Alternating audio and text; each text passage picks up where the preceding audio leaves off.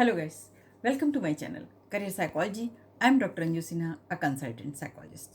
Friends, मैंने आपको राज्य स्तरीय शैक्षिक प्रतियोगिता परीक्षा के बारे में यूपी टेट सी टेट के बारे में फर्स्ट चैप्टर बाल विकास के संबंध में बताया था।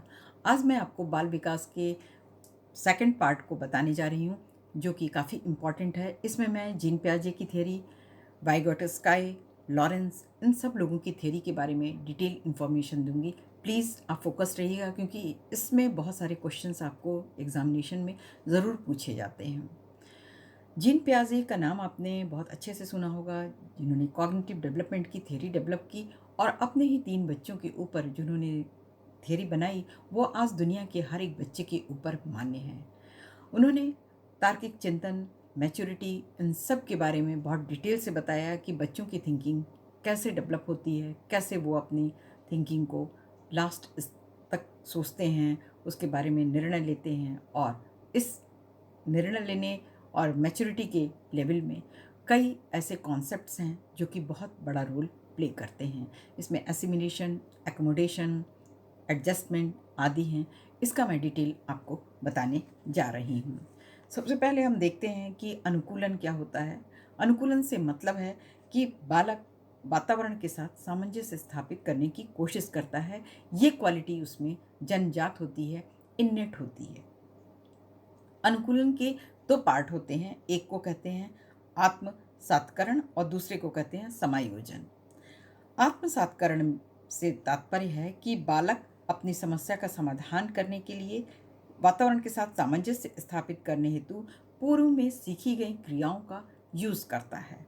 समायोजन दूसरा इसका पार्ट है, जिससे मतलब है कि पूर्व में सीखी गई क्रिया काम नहीं आती है, बल्कि बालक अपनी योजना या व्यवहार में परिवर्तन लाकर नए वातावरण के साथ सामंजस्य स्थापित करता है। नेक्स्ट है संरक्षण यानी कंजर्वेशन। संरक्षण से मतलब है कि बालक आत्मसात्करण व समायोजन दोनों का प्रयोग करता है। एसिमिलेशन और एकोमोडेशन दोनों का ही वो यूज करता है। इसके साथ ही संज्ञानात्मक संरचना, कॉग्निटिव संरचना क्या होती है? किसी भी बालक का मानसिक संगठन या मानसिक क्षमताओं को सेट करने के को ही हम संज्ञानात्मक संरचना कहते हैं। नेक्स्ट है मेंटल रिप्रेजेंटेशन, मानसिक संरचना या संक्रिया।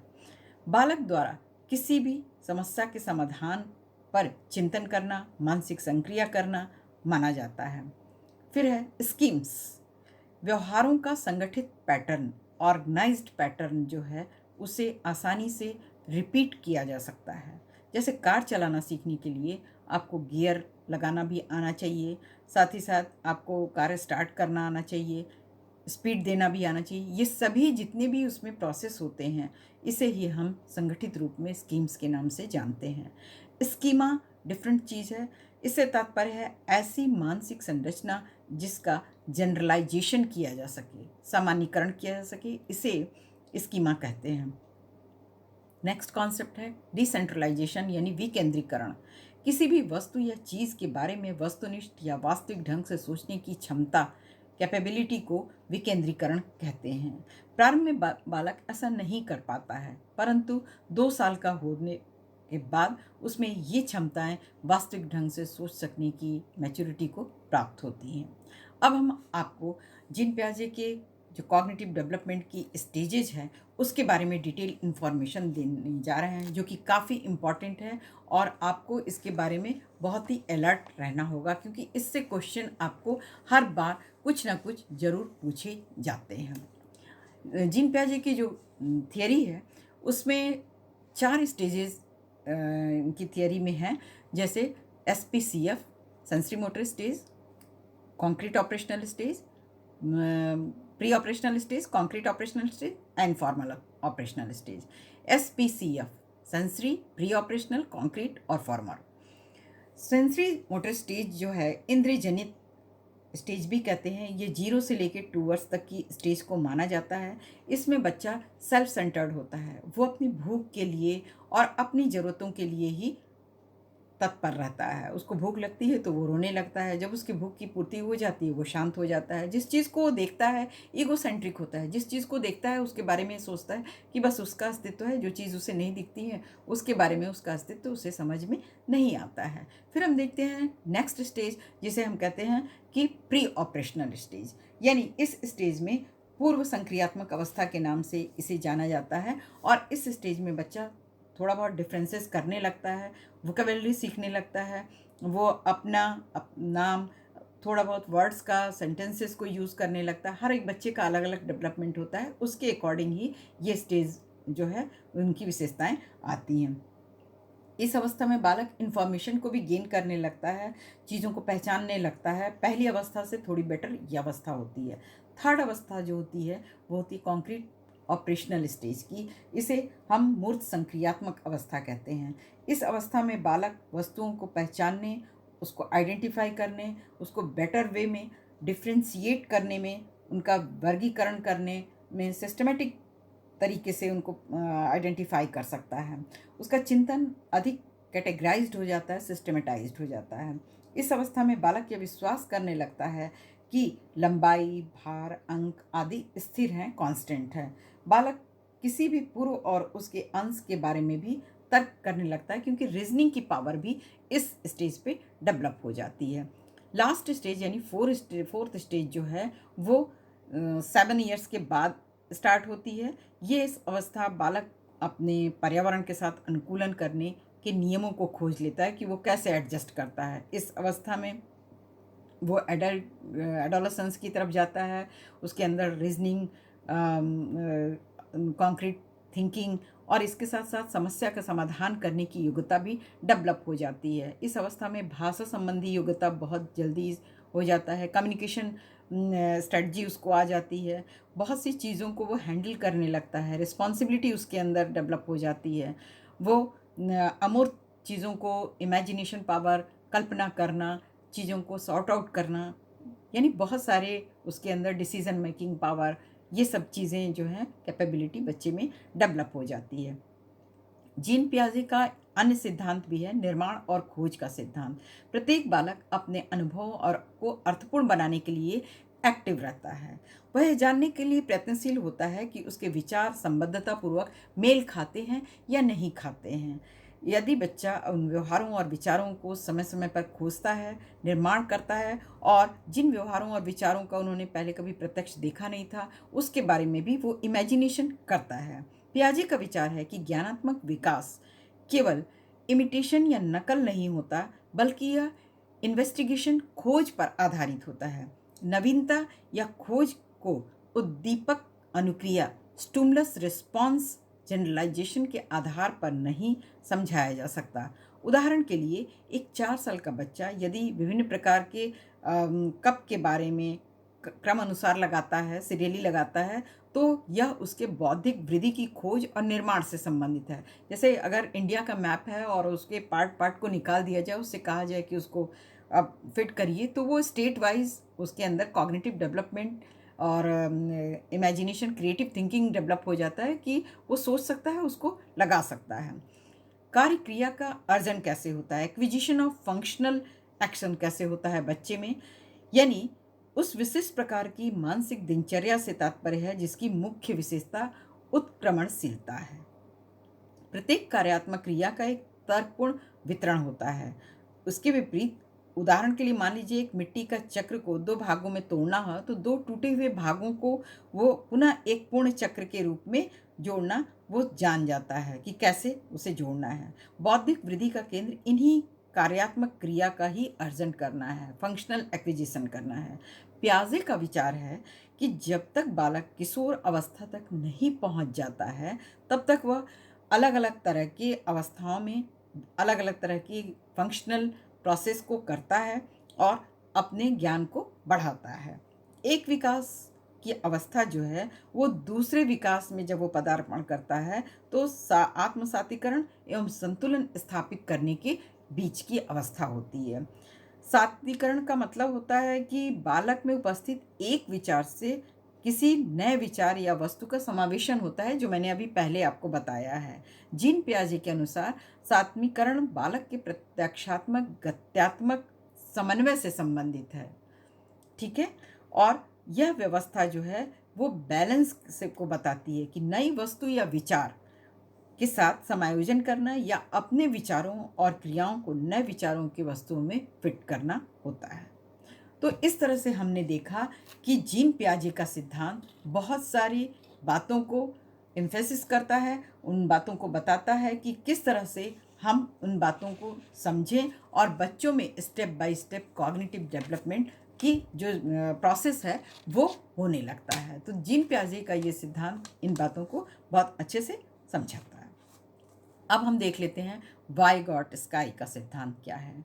वाइगॉट स्काई ने बालकों के संज्ञानात्मक विकास में सामाजिक कारकों के फैक्टर्स को में भाषा को महत्वपूर्ण बताया है। आप याद रखिएगा, जीन पियाजे ने कॉग्निटिव डेवलपमेंट को बहुत एम्फेसिस किया है।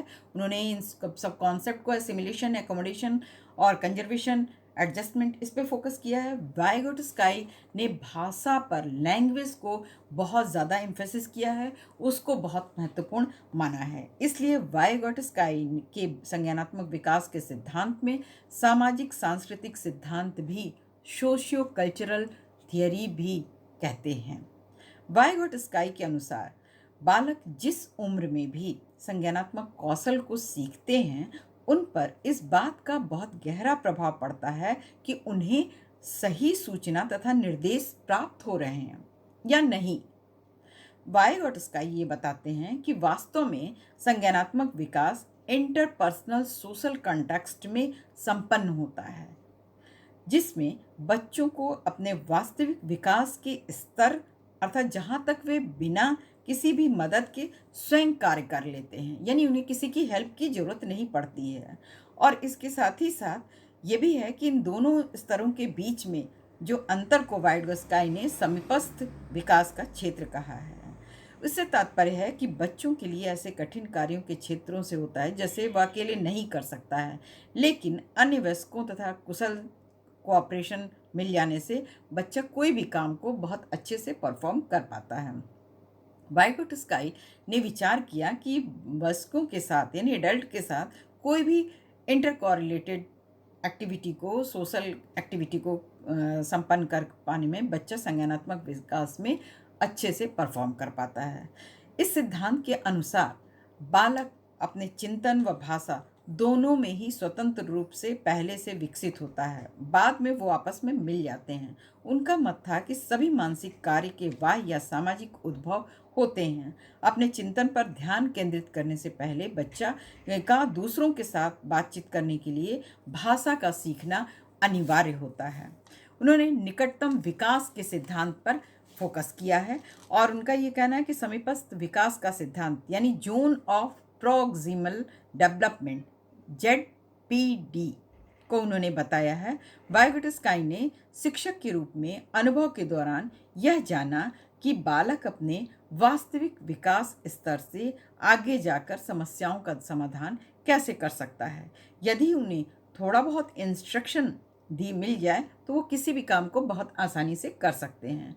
इस स्तर को वाइगॉट स्काई ने संभावित विकास माना है और समस्या का समाधान बच्चा कर लेता है। आसान भाषा में यदि उसे समझाया जाए तो वास्तविक विकास स्तर और संभावित विकास स्तर के बीच के अंतर क्षेत्र को वाइगॉट स्काई ने निकटतम विकास का क्षेत्र यानी ZPD कहा है।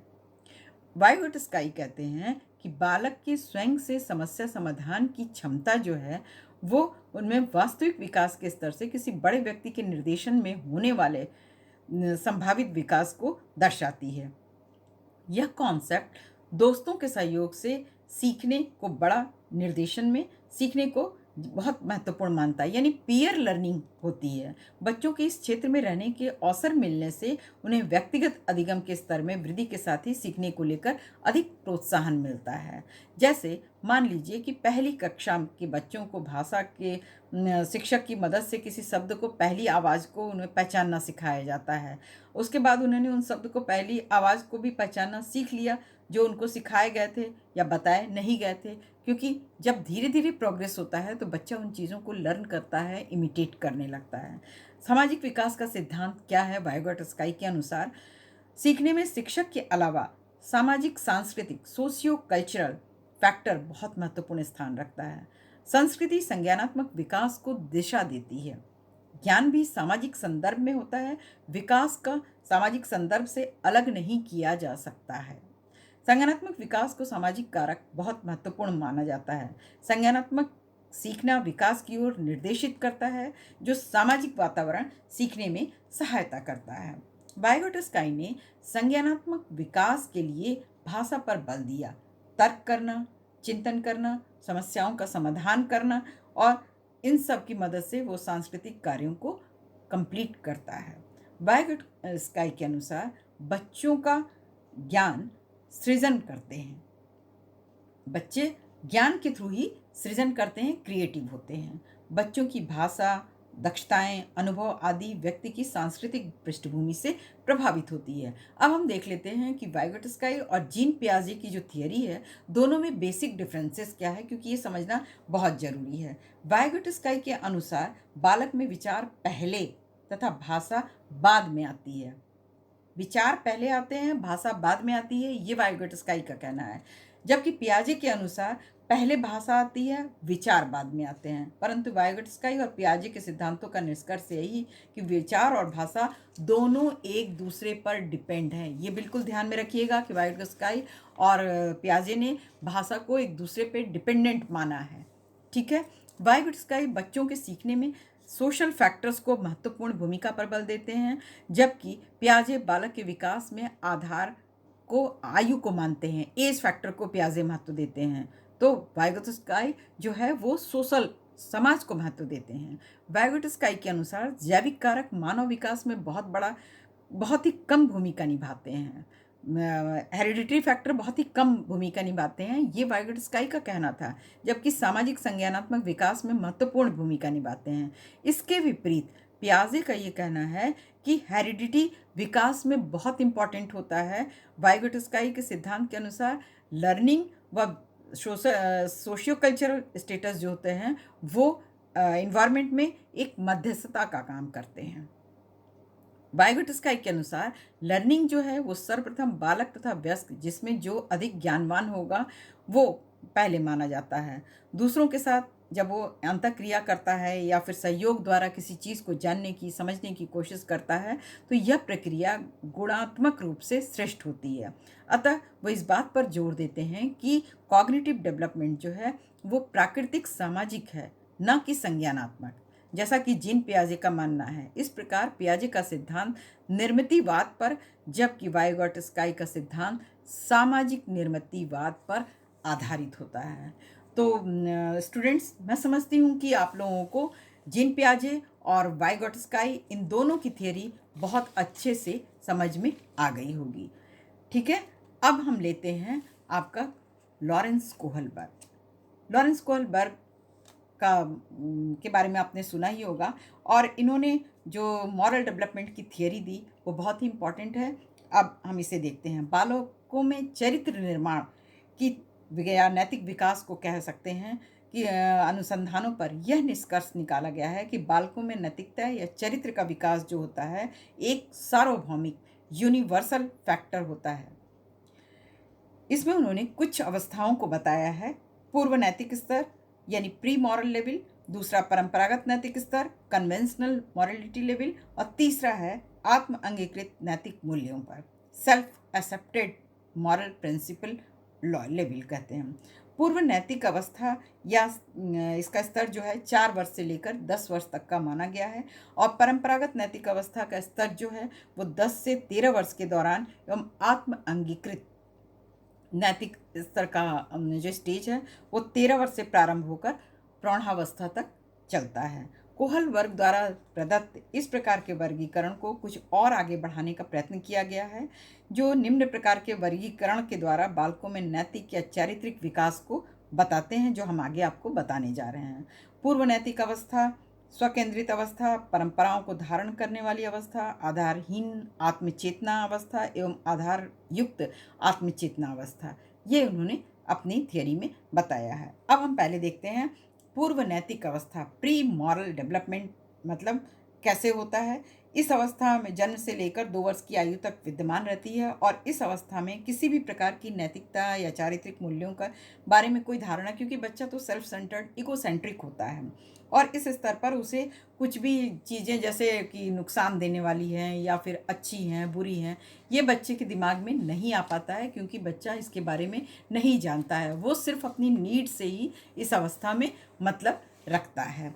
अब हम देख लेते हैं कि कोहलबर्ग ने क्या अच्छा है बुरा है इसके बारे में बच्चा कुछ भी फोकस नहीं कर पाता है। कोहलबर्ग के अनुसार नैतिक विकास के कुछ स्टेप्स हैं, जैसे आत्म केंद्रित निर्णय लेना, दंड अथवा आज्ञा पालन का उन्मुखीकरण होना, यांत्रिक सापेक्षिक उन्मुखीकरण होना, परस्पर एकरूप उन्मुखीकरण होना, अधिकार संरक्षण, सामाजिक अनुबंध एवं व्यक्तिगत अधिकार उन्मुखीकरण होता है। इसके बाद स्वकेंद्रित अवस्था आती है, जिसमें सेल्फ सेंटर्ड स्टेज होता है। इस अवस्था को कार्यकाल तीसरे वर्ष से शुरू होकर 6 वर्षों तक चलता है। इस अवस्था के बालक की सभी व्यवहारिक क्रियाएं जो होती हैं वह व्यक्तिक आवश्यकताओं और इच्छाओं की पूर्ति चारों ओर केंद्रित रहती हैं। बालक के लिए यह नैतिक अवस्था होती है जो उसके अपने स्व यानी आत्म कल्याण से जुड़ा होता है। परंपराओं को धारण करने वाली अवस्था, जिसे कि कन्फॉर्मिंग कन्वेंशनल स्टेज के नाम से जानते हैं, 7वें वर्ष से लेके यह अवस्था किशोरावस्था के प्रारंभिक काल तक की होती है। इस अवस्था में बालक सामाजिकता के गुणों के कारण धारण करता हुआ देखा जाता है।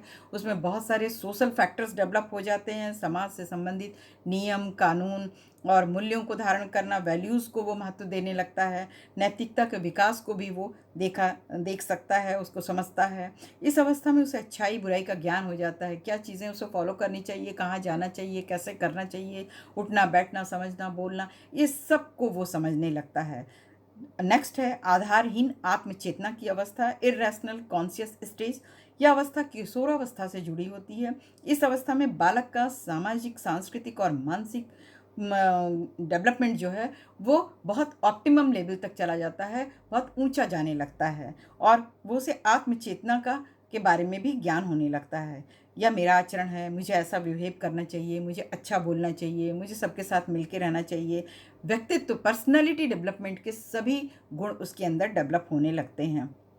पूर्णता की चाह उसमें कि मैं सब चीज़ को पालूं, एक फीलिंग जो होती है कि वो नॉन सेटिस्फैक्शन की कि वो ना आए, ये सब चीज़ें कि समाज उसे अच्छा कहे, वो डेवलप होने लगता है। आधार युक्त आत्मचेतना की अवस्था, इसे रैशनल कॉन्शियस स्टेज कहते हैं। नैतिक या चारित्रिक विकास की चरम अवस्था होती है, भली भांति या इस समय बच्चा मैच्योर हो गया होता है और डेवलपमेंट बहुत ज़्यादा उसके अंदर हो जाता है और वो पूरी तरह से चीज़ों को समझने बुझने डिफ्रेंशिएट करने लगता है।